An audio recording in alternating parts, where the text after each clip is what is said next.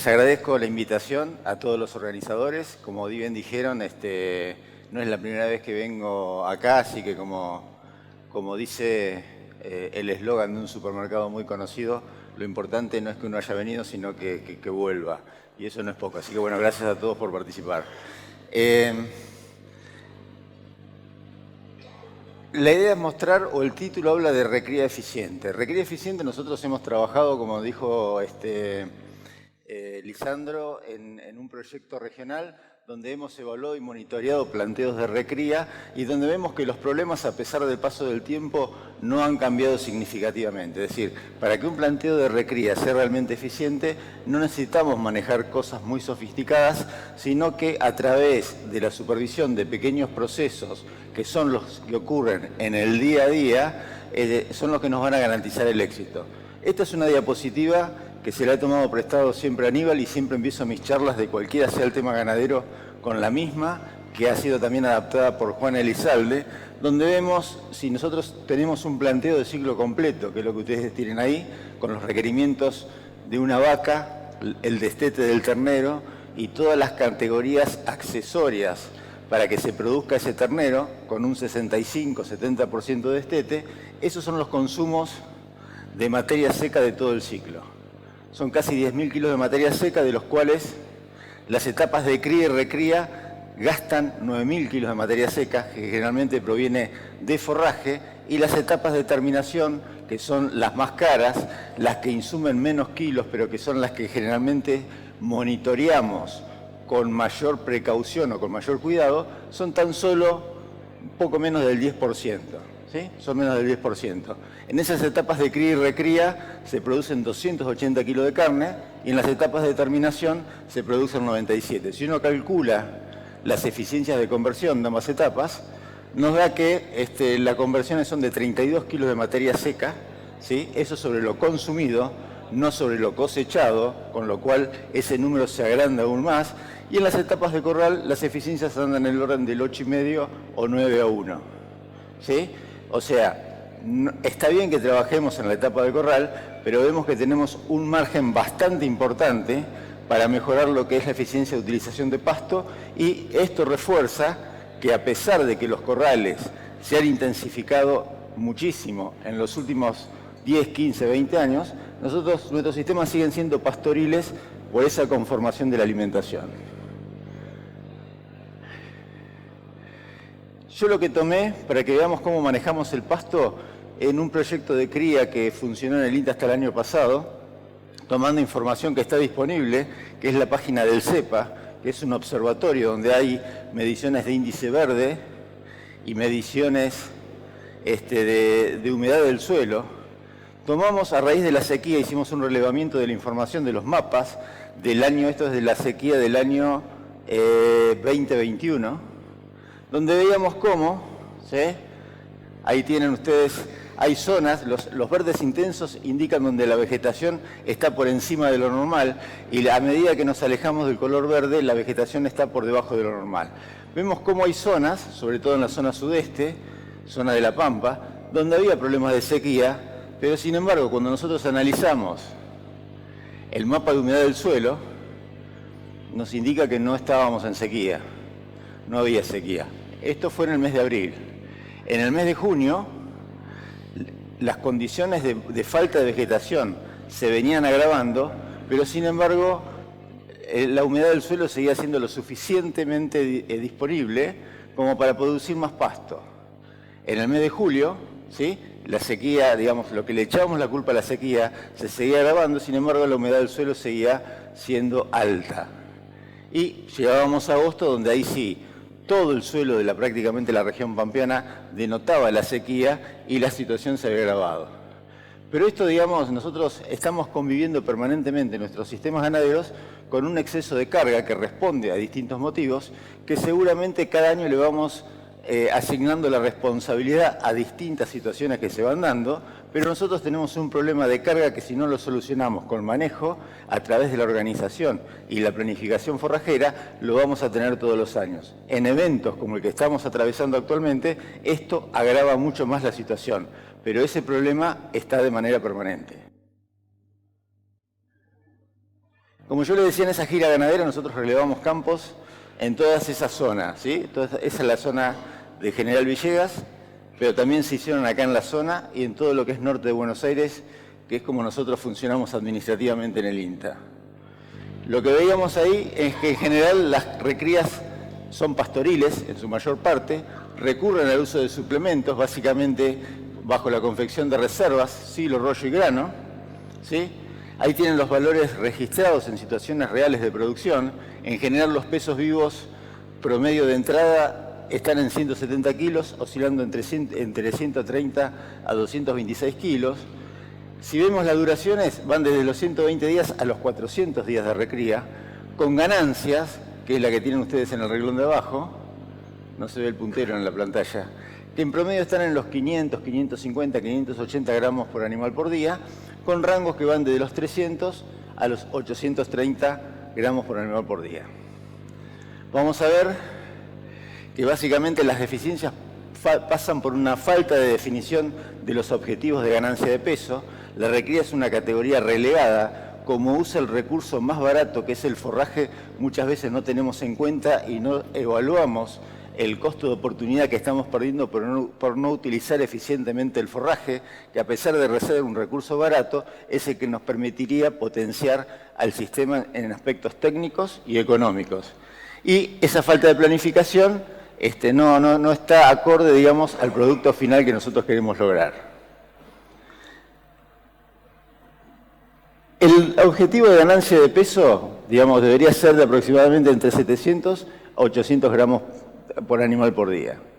En general, acá vemos la curva azul, que es la del medio, vemos una evolución de una recría normal, con ese ritmo de ganancia de 700 a 800 gramos por animal por día, y lo que demuestra o lo que quiero transmitirles es cómo recrías con ganancias muy altas o muy bajas afectan el tamaño adulto del animal.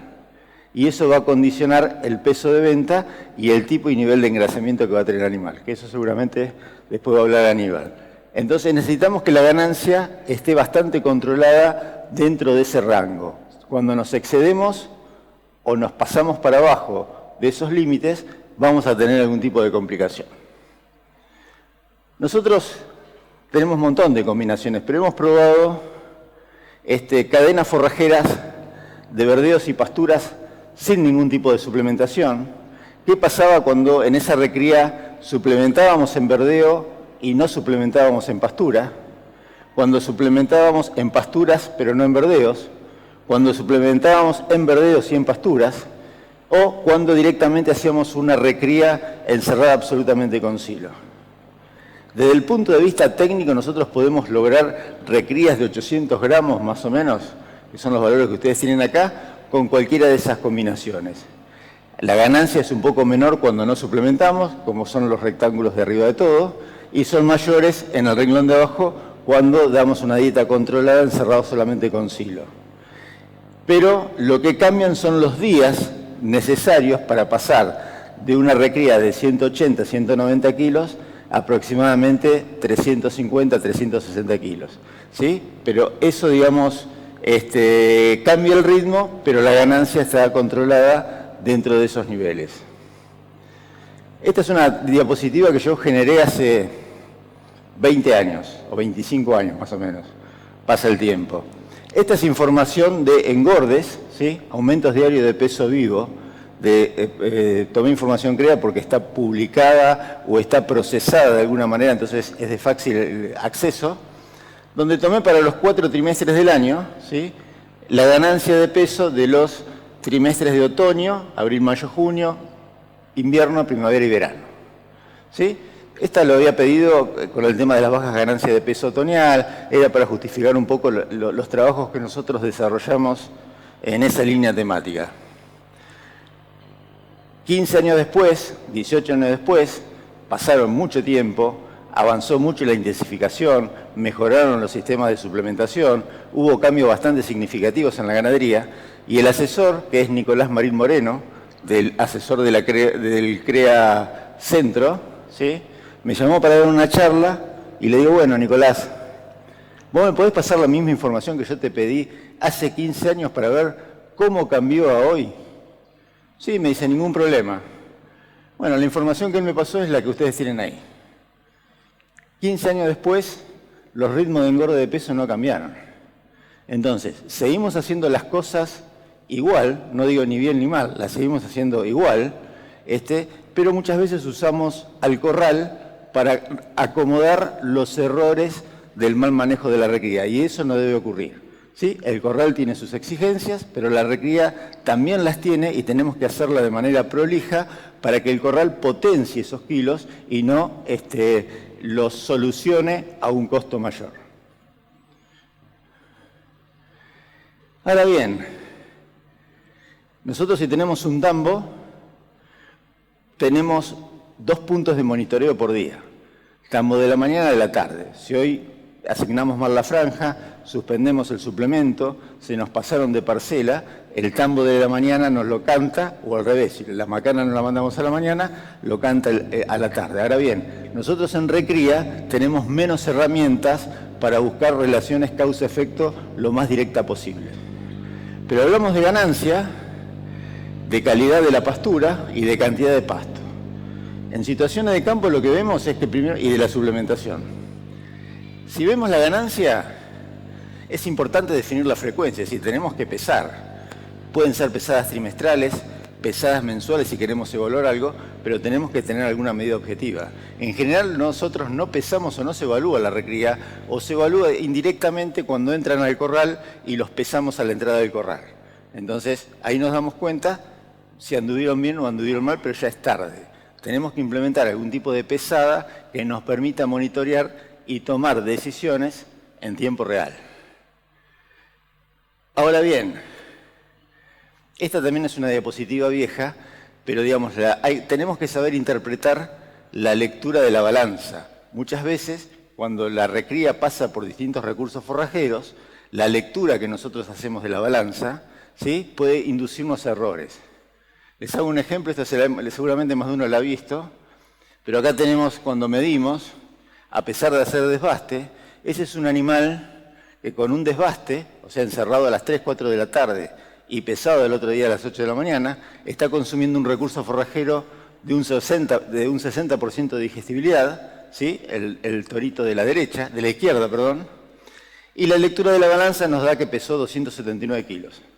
Nosotros lo metemos en un recurso de mayor calidad, un verdeo, con más de 80% de digestibilidad, ¿sí?, y ese lo pesamos a los 30 días y pesó 282 kilos.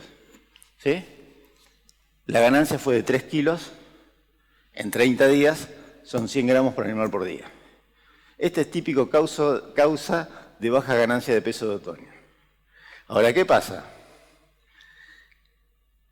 El peso que nos da la balanza tiene 2 componentes. Por un lado, ¿sí?, está el peso vacío del animal y por otro lado el contenido del tracto gastrointestinal que aún, a pesar del desbaste, el animal lo sigue manteniendo. Y ese contenido del tracto gastrointestinal es inversamente proporcional a la calidad de la dieta. O sea que cuando la calidad de la dieta es peor, el contenido del tracto es mayor. Cuando la calidad de la dieta es mejor, el contenido es menor.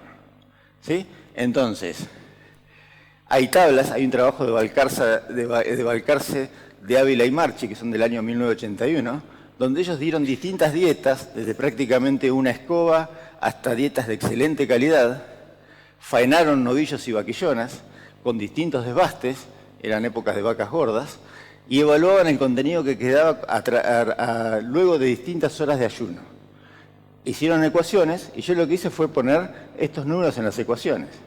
Entonces, para un animal de 279 kilos, que es lo que me dice la lectura de la balanza, con un desbaste de 15, 16 horas, ¿sí?, el contenido del tracto son 28 kilos.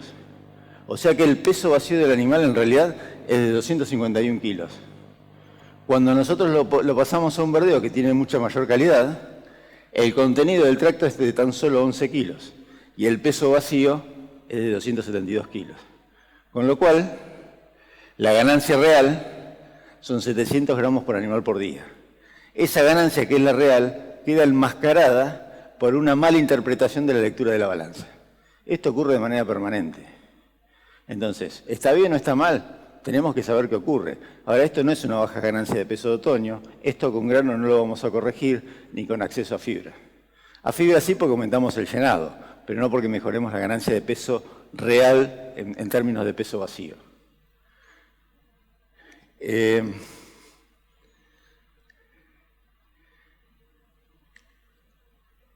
es otro tema, esta es la curva de Mott, es decir, esto está calculada para nuestra zona, para la zona de General Villegas, donde en la curva de Mott lo que tenemos es la carga, ¿sí? Que es lo que figura 2,5, 3, 3,5, 4, y por otro lado tenemos kilos de producción de carne, kilos de carga o aumento de ganancia de peso vivo. Lo que nos dice la curva de Mott que para cada zona, en función a las condiciones agroecológicas y en función a los recursos forrajeros disponibles, hay un rango de cargas, ¿sí? Hay un rango de cargas, que son las que ustedes tienen acá, donde las podemos aumentar sin afectar la ganancia de peso, ¿sí? Y por ende la producción de carne aumenta. Pero a partir de determinado punto, ¿sí?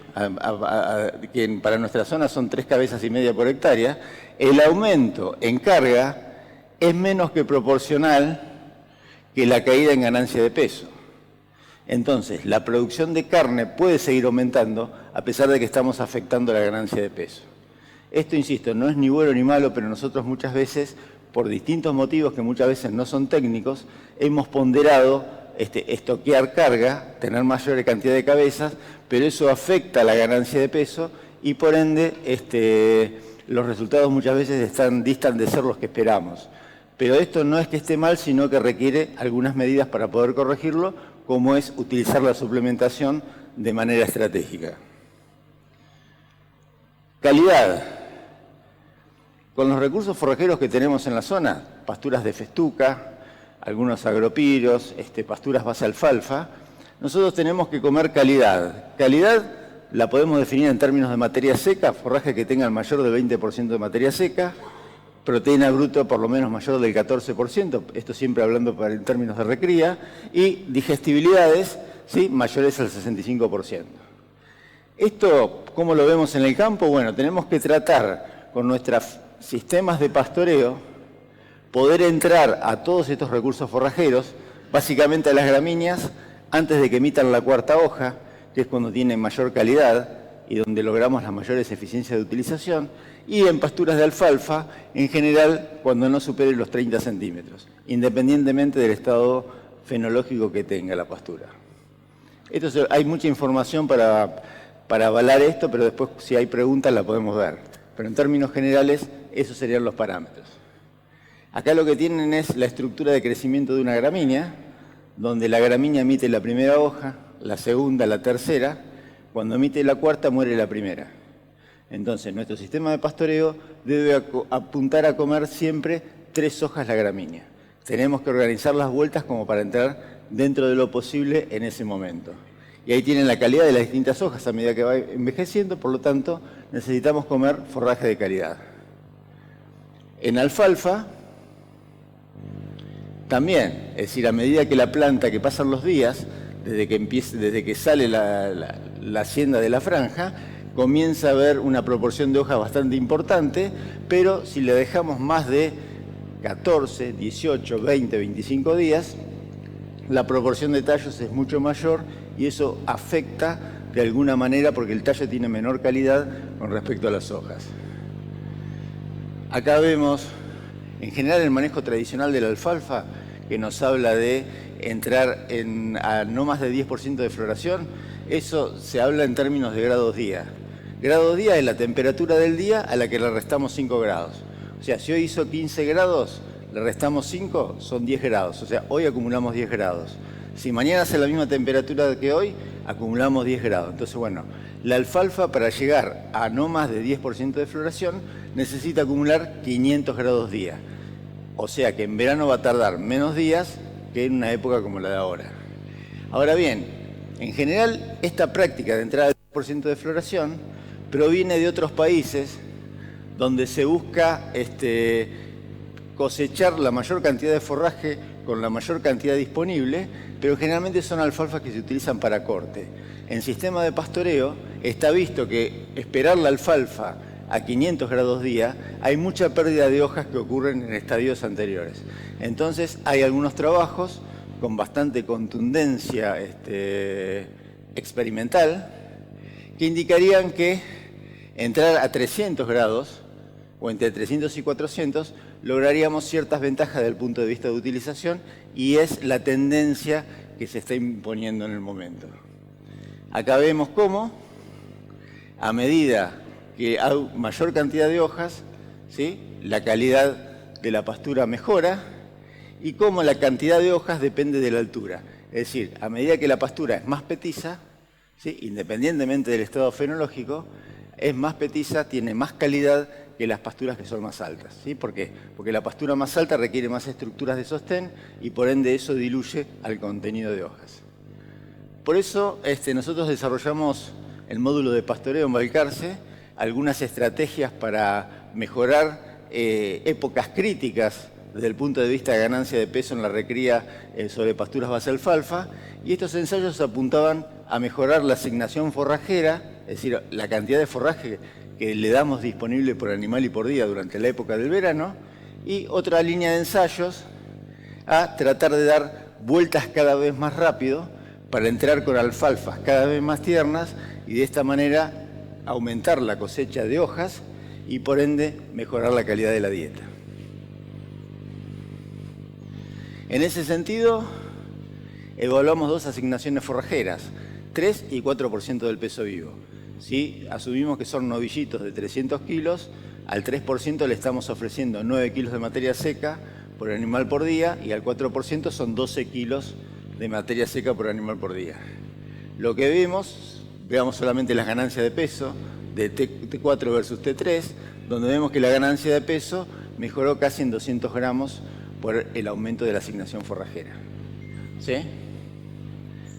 También evaluamos dos manejos, que era el manejo más tradicional, con vueltas en el verano cada 28 días de la alfalfa, versus un manejo mucho más intensificado, que lo hacíamos dando la vuelta cada 14 días, ¿sí?, para lograr los efectos que yo les comentaba. En ese sentido, lo que vemos es que a nivel de ganancia de peso, la intensificación de la vuelta mejoró la ganancia de peso, ¿sí? Eso se hizo en 2 años, 2020 y 2021, con casi 200 gramos de diferencia por el sistema más intensificado. Si vemos la altura, estábamos entrando con alfalfas de más de 50 centímetros en una situación y 30 o un poquito menos en la otra situación. Y después los datos de carga y producción de forraje también mejoraron con el sistema más intensificado. Estos son trabajos que están publicados, después si quieren los podemos ver.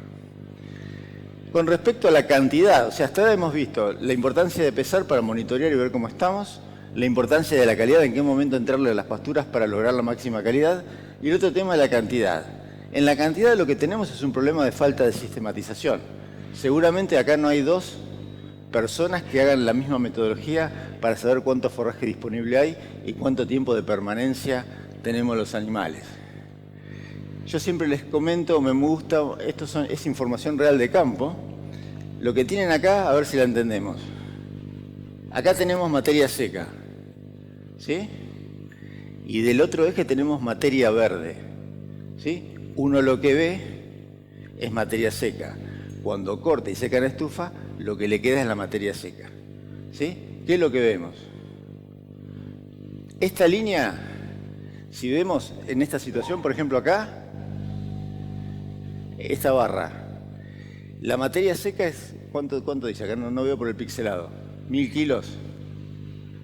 ¿Alcanza a ver acá esta? La veo acá ahora.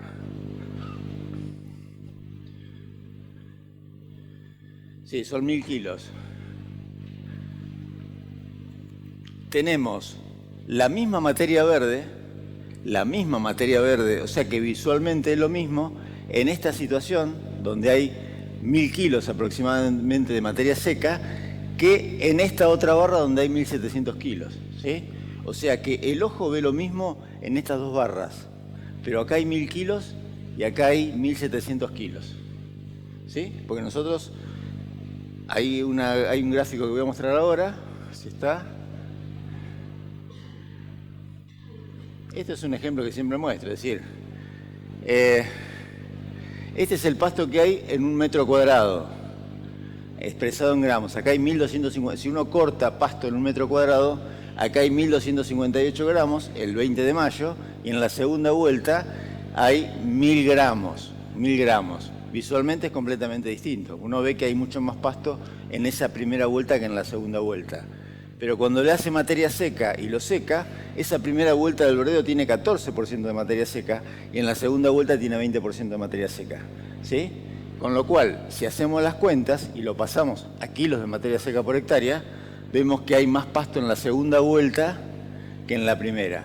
Si nosotros hacemos caso a lo que nos dice el ojo, hubiéramos dejado más tiempo en la franja a los animales en la primera fecha que en la segunda. Y lo que hubiéramos provocado es una restricción inadvertida en el consumo por la falta que tiene el ojo de ajuste en la cantidad de materia seca, que es el criterio que debería prevalecer a la hora de fijar un cambio de franja. Hay una sobrevaloración del remanente, es decir, todo el mundo dice, no, yo lo saco cuando ya no les queda pasto. Ahora, ¿cuál es el momento? Ese momento, ahí tiene un alambre y ahí yo los cambié, en función de lo que me da las cuentas. Pero en algunas franjas me da ahí, y en otras franjas me da ahí. ¿Cuál es el remanente correcto? No hacemos la encuesta, pero cuando había Zoom usábamos el Mentimeter para hacer y no nos poníamos de acuerdo. Yo lo hacía con más fotos, con un degradé y no había coincidencia en cuál era el remanente correcto.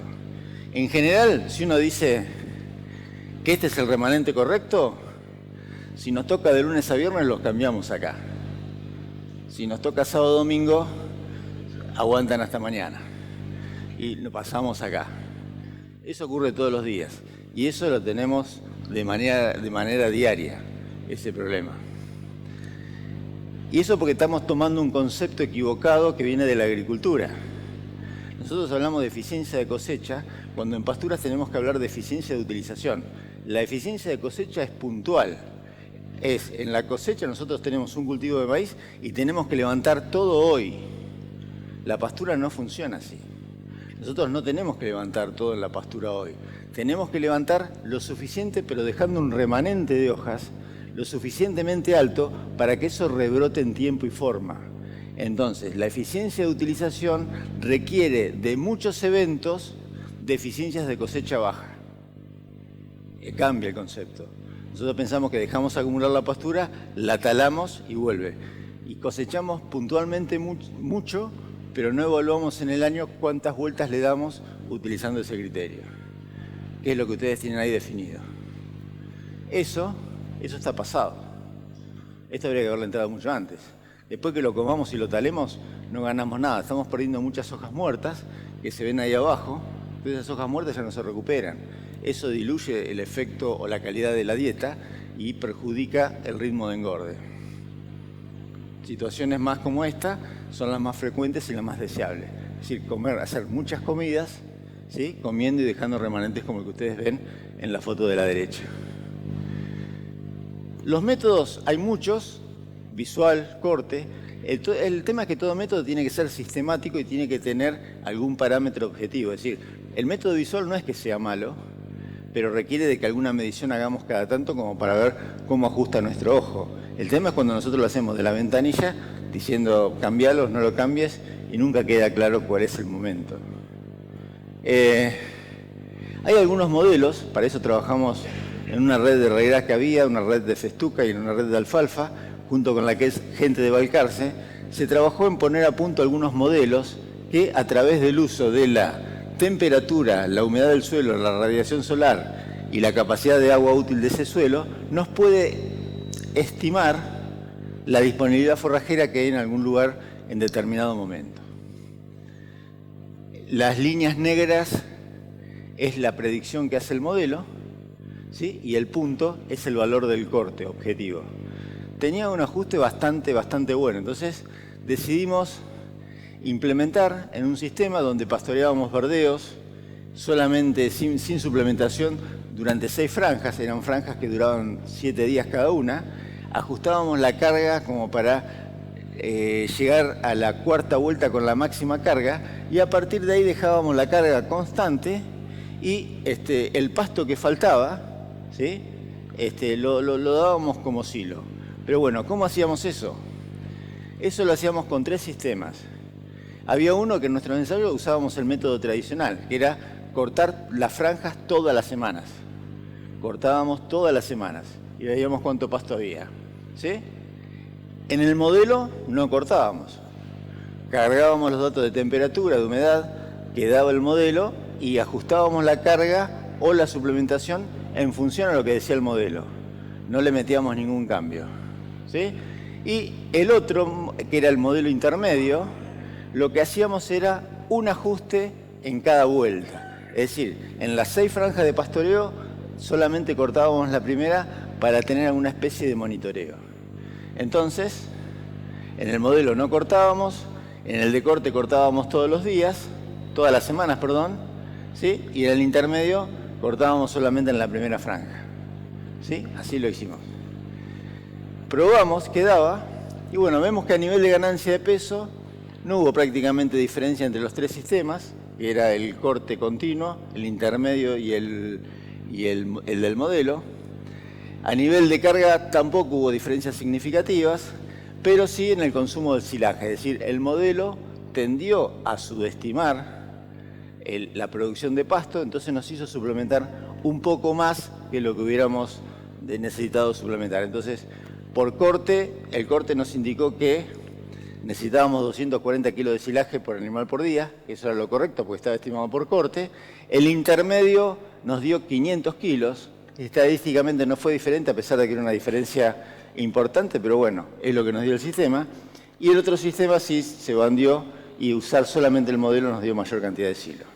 Pero bueno, son aproximaciones para poder tener alguna estimación, que cualquiera de estas son en cierta medida, por ahí muchas veces, un poco mejor que cuando no tenemos ningún tipo de sistematización. Con todas las situaciones que yo vengo comentando anteriormente, cuando queremos implementar una suplementación, estamos absorbiendo todos los errores de las anteriores. Nosotros, en estos ejemplos que hablé ahora de suplementaciones infrecuentes, lo que hacemos es cambiar la suplementación todas las semanas en función al pasto que hay disponible. Cuando nosotros no medimos el pasto y definimos que vamos a suplementar para soportar carga o para mejorar la ganancia de peso al 0,5% del peso vivo, ¿sí? Que es el rectángulo que ustedes tienen ahí, es una suplementación fija. Entonces, acertarle al pasto tiene un componente aleatorio bastante importante, porque nosotros definimos que es al 0,5% del peso vivo, pero el pasto todas las semanas y en todas las franjas va cambiando. Entonces, alguna franja le vamos a acertar y en otras no, pero va a depender más de cómo venga el año que de la decisión nuestra. Por eso, bueno, es importante las asignaciones forrajeras, o sea, por arriba del 2,5% del peso vivo de asignación forrajera, nosotros no vemos que se afecte la ganancia de peso ni en verdeos ni en pasturas. Siendo conservadores, hablamos de un 3% del peso vivo, que es lo que hay que ofrecerle. Ahí tienen los remanentes de cómo deberían comer comida las franjas para lograr esas asignaciones, pero, digamos, como recomendación pasa por garantizar ese 3%. Garantizando ese 3% de asignación forrajera, nosotros no hemos visto, por ejemplo, en el caso de verdeos, lo mismo también ocurre en pasturas y tenemos información, que las suplementaciones con distintos tipos de grano, maíz, sorgo, trigo, a 2 niveles, al medio o al 1% del peso vivo, no mejoran la ganancia de peso en verdeos de invierno, ¿sí? Es decir, nosotros tenemos, manejando buena asignación, el 3%, ganancia de más de 750 gramos por animal por día en planteos de recría. Lo que sí mejora, lo que ocurre en el campo es también, es información CREA. Estos son campos de la zona de Arroyo Los Huesos, creo que se llama el CREA, donde acá tenemos distintos campos, son 10 campos, ¿sí? Agrupados por orden creciente de suplementación energética. En la izquierda tenemos los que menos suplementan, a la derecha los que más suplementan. El equivalente es 1 kilo de maíz aproximadamente los de la izquierda y los de la derecha un poquito menos de 3 kilos de maíz por animal por día. ¿Qué esperan que ocurra con la ganancia de peso? Yo hubiera esperado que haya algún tipo de aumento. No sé, una tendencia así o así. Bueno, cuando vemos la ganancia de peso real de esos campos es la que ustedes tienen ahí, ¿sí? O sea, no responde evidentemente a la suplementación. O O sea, tiene un componente aleatorio que es bastante interesante y todas esas diferencias se deben al manejo que hace cada uno de esos campos de la base forrajera. ¿Sí? El campo que la tiene, por ejemplo, el campo de la izquierda, que era el que menos suplementaba, es el que tuvo la mayor ganancia de peso. Después tenemos campos, todos estos campos que están acá, donde dice 4,5, son más o menos campos que están dando el equivalente a 1,5 kilos de maíz por animal por día. Sin embargo, las ganancias son completamente distintas. Seguramente hay problemas de llenado, pero bueno, estas son las herramientas que tenemos, es la medición de la ganancia de peso, la tenemos que medir bien y tenemos que aprender a monitorear algunos de estos parámetros para que las técnicas que implementemos se hagan dentro de un contexto donde la probabilidad de éxito sea lo más alta que se pueda. Cuando intensificamos el pastoreo y no controlamos la oferta, yo siempre digo que es mejor tener sistemas que sean más conservadores desde el punto de vista de la permanencia de los animales en la franja que pasar a sistemas más intensificados. No porque el sistema intensificado sea malo en sí, sino que si no está implementado dentro de ciertos controles puede provocar problemas. Es decir, si nosotros le erramos en el tamaño de la franja en un 20%, en un sistema de una franja que dure 4 días, nosotros sabemos que el primer día los animales comen a boca llena, el segundo también, el tercero también, y el problema se manifiesta en el cuarto día. Entonces, ese error en el tamaño de la franja de 20% se diluye en los 4 días. En cambio, si le erramos en la franja en un 15% o en un 10%, en un sistema de pastoreo diario, ese error lo tenemos todos los días. ¿Sí? Entonces, tenemos que adaptarnos, conocer nuestras limitaciones, conocer la capacitación que tiene nuestro personal, cómo nos vemos nosotros manejando el pasto, como para definir cuál es el sistema más correcto. Estos son los esquemas de suplementación donde uno ajusta, digamos, la carga en función a la primera vuelta del verdeo, donde no es necesario suplementar, y cómo a partir de la última, digamos de la última franja, mantenemos la carga y en este caso usamos suplementación con silo para poder lograr mejorar la carga significativamente, ¿sí? Pasar casi, ya estamos terminando, de 600 kilos de carne a 1.000 kilos de carne, ¿sí? Esto, en este sentido hemos trabajado en sistemas de suministro, es decir, dar silo todos los días es algo complicado, entonces hemos evaluado en la experimental algunos esquemas que no sean tan intensivos. Entonces hemos evaluado entregar ese silo de 3 maneras. TD es dándolo todos los días, la cantidad semanal, o sea, la cantidad faltante total de silo de la semana se la damos distribuida todos los días. Esa cantidad se la damos de lunes a viernes, que es la columna de la derecha, o un sistema un poco más intensivo es esa suplementación la damos solamente 3 veces por semana, lunes, miércoles y viernes. Las cantidades de silo en las 3 columnas son iguales, lo que cambia es la frecuencia de distribución.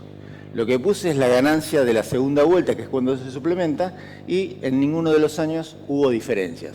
El primer año y segundo lo hicimos usando a la avena como verdeo, en el tercer año, en el 2022, se usó triticale, y en todos los años se usó silos, a excepción del primer año, 2020, que usamos una combinación de silo y grano de maíz, ¿sí? A nivel de ganancia de peso, no tenemos diferencia entre los 3 sistemas, con lo cual ahí podemos ahorrar.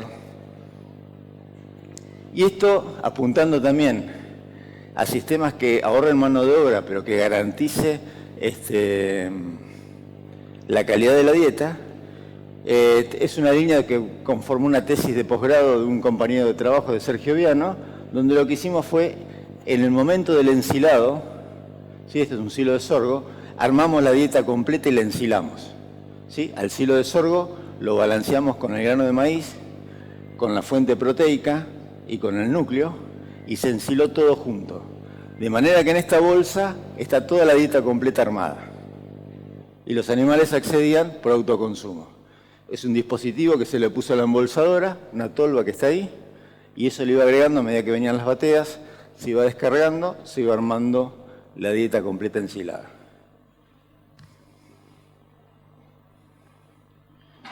Entonces, desde el punto de vista, ya para terminar, los sistemas que garantizan más éxito son los que tienen pesadas frecuentes, para mi gusto, las parcelas fijas y cambios fijos son las mejores combinaciones. Tenemos que garantizar frecuencias de pastoreo que podemos predefinirlas, va a depender del año, pero en general 20 días en verano, 35 en otoño, 60 en invierno y 28 en primavera son frecuencias que no le deberíamos errar. Tenemos que medir de manera sistemática la disponibilidad y implementándola dentro del contexto, ahí realmente la suplementación sí o sí va a ser estratégica. Son dos diapositivas por un tema que es de la recría, que es la recría corral. La recría corral también tiene que tener las mismas exigencias que lo que planteamos para pastoreo. Es decir, este corral es un corral de crecimiento y no de engorde. Entonces tenemos que garantizar nuevamente esos 700 a 800 gramos por animal por día. Sobre todo por esos terneros, si después salen a pastoreo, hay trabajos o antecedentes que nos indican cómo, a partir de ganancias de 800 gramos superiores en el corral, la performance global de ese animal en el corral y posteriormente a pasto se deprime, ¿sí? Ganancias por encima o por debajo de esos 800, 900 gramos. Entonces nosotros probamos distintos tipos de dietas. Lo que hemos visto en varios ensayos es que los niveles de energía metabolizable del orden del 2.6, es decir, las dietas más fibrosas son las que se pueden dar a voluntad. Si damos dieta con mayor contenido de grano, tenemos que buscar alguna manera de restringirles el consumo para que esa dieta realmente no sea una dieta de engorde, sino que sea una dieta de crecimiento. En ese sentido, lo que probamos fueron combinaciones, ¿sí?, de cómo hacer para garantizar un 85% de consumo. Nosotros en un ensayo podemos tener animales consumiendo el 100% del peso vivo y de esa manera poder ver, generar el consumo relativo en el otro grupo. Ahora, ¿cómo hacerlo en el campo? Bueno, en el campo lo que hacíamos era, si a una tropa la dividíamos en dos corrales, al corral 1 le dábamos durante, pongámosle que el corral sea de 100 días, durante 50 días la dieta al 100%, y al otro corral le dábamos la dieta al 70% de lo que consumía el corral al 100%. ¿Sí? Cuando llegaban a los 50 días, rotábamos las dietas. El que venía recibiendo la dieta al 70% pasaba a recibirla al 100% y el otro corral al 70% de eso. De esa manera generábamos en promedio una dieta equivalente al 85% del consumo máximo. Y ahí garantizábamos esas ganancias de 800, 900 gramos por animal por día.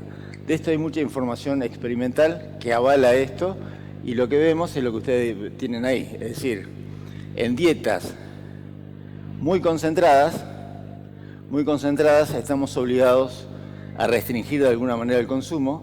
Con dietas más fibrosas podemos dar a voluntad y podemos garantizar esos ritmos de engorde, de crecimiento y no de engrase. Así que bueno, los últimos comentarios: la recría es una etapa de crecimiento, eso hay que reforzarlo.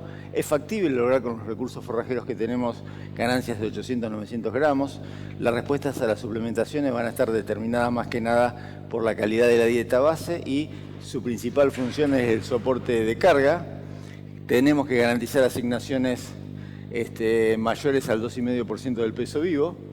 Y en general lo que tenemos que tratar de evitar o balancear las dietas para que la suplementación realmente sea estratégica. Es decir, debemos monitorear la base forrajera y asignar el suplemento en función a la disponibilidad de forraje que hay. Y en cuanto al mensaje final para las dietas de corral, también insistimos con que es de crecimiento. Los terneros livianos son la mejor categoría para encerrar y desde el punto de vista de ganancia, con dietas de mucha calidad, debemos restringir de alguna manera el consumo con la estrategia que les presenté o alguna otra, y en dietas más fibrosas, es decir, aquellas que tienen menos de 2,6 megacalorías de energía metabolizable por kilo de materia seca, en ese caso se pueden dar a voluntad. Así que bueno, les agradezco la atención. Si hay dudas, preguntas, no sé si ahora o después.